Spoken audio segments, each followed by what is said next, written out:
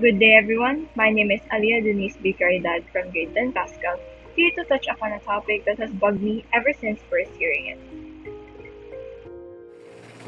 In the midst of a world full of war and rebellion, where millions of lives are slaughtered in the blink of an eye and citizens are silenced without mercy, we are faced with an impossible choice. In the place of desolation, where the seed of despair has sowed itself within the hearts of the masses, imagine each and every one of yourselves in that situation. And with it, only two options are given: your independence for stability, or vice versa.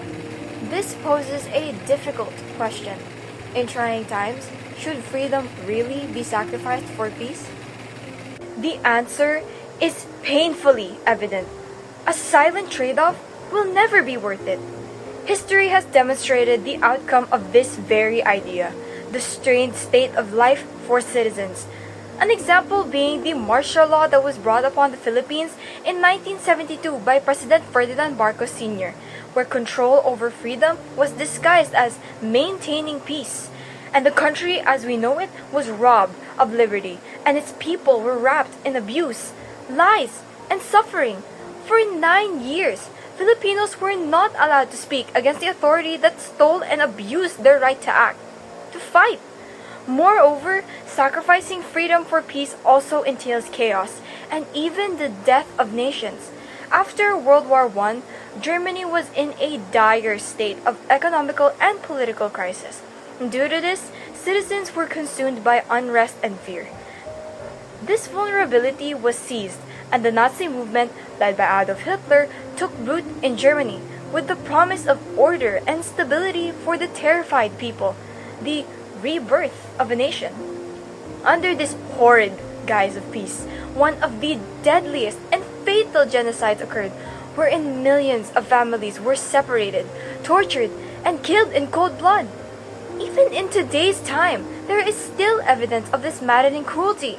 And when countries claim a peaceful state, when in fact the lack of freedom for its citizens are unfathomable, and due to this, the loss of expression occurs.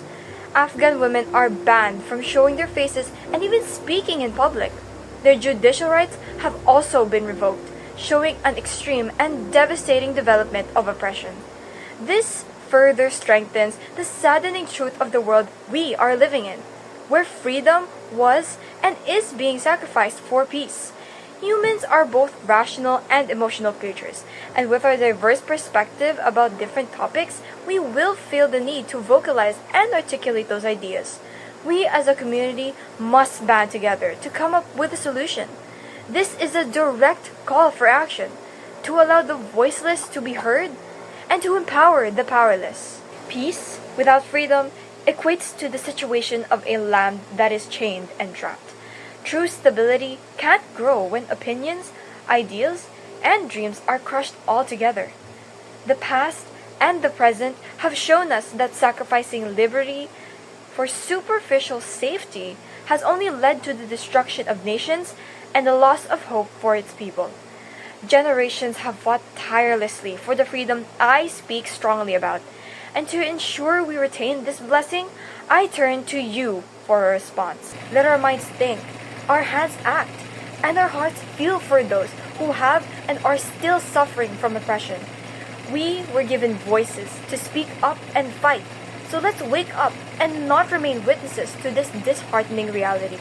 Choose freedom for a brighter future, a brighter tomorrow.